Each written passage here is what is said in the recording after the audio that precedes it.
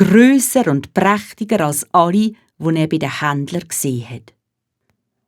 Der Zufall wollte, dass der Aladdin gerade wieder einmal in der Stadt war, wo ein Herold vom Sultan durch die Gassen gereitet ist und gerufen hat: «Auf Befehl von unserem allergnädigsten und mächtigsten Herr und König müssen alle Leute ihre Läden und Lager beschliessen und ihre Häuser gehen. Unsere Herrin, Prinzessin Badr al-Budur, Tochter vom Sultan, wird ins Badhaus gebracht.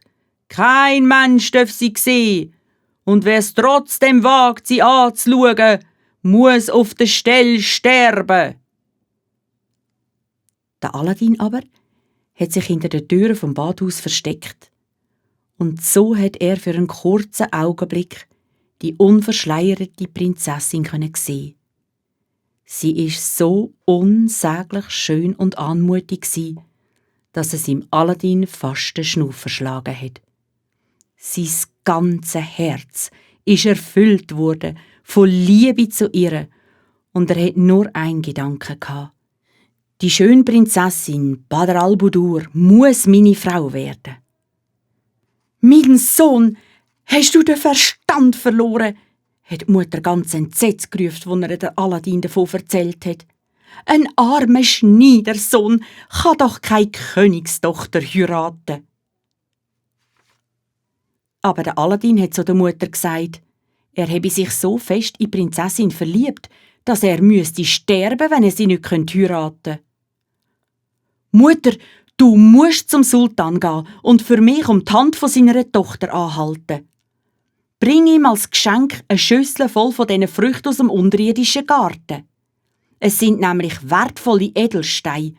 Glaub mir, der König wird grosse Augen machen.»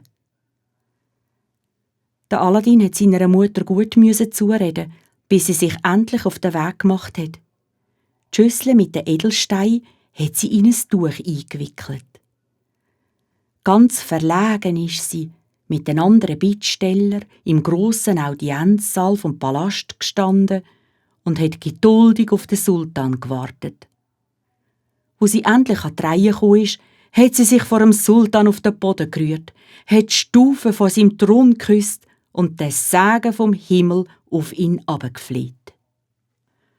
«Erhabener Herrscher, ich bin nur eine arme Witfrau, und bevor ich euch mein Anliegen vortrage, bitte ich euch, mir meine unglaubliche Unverfrorenheit zu verzeihen.»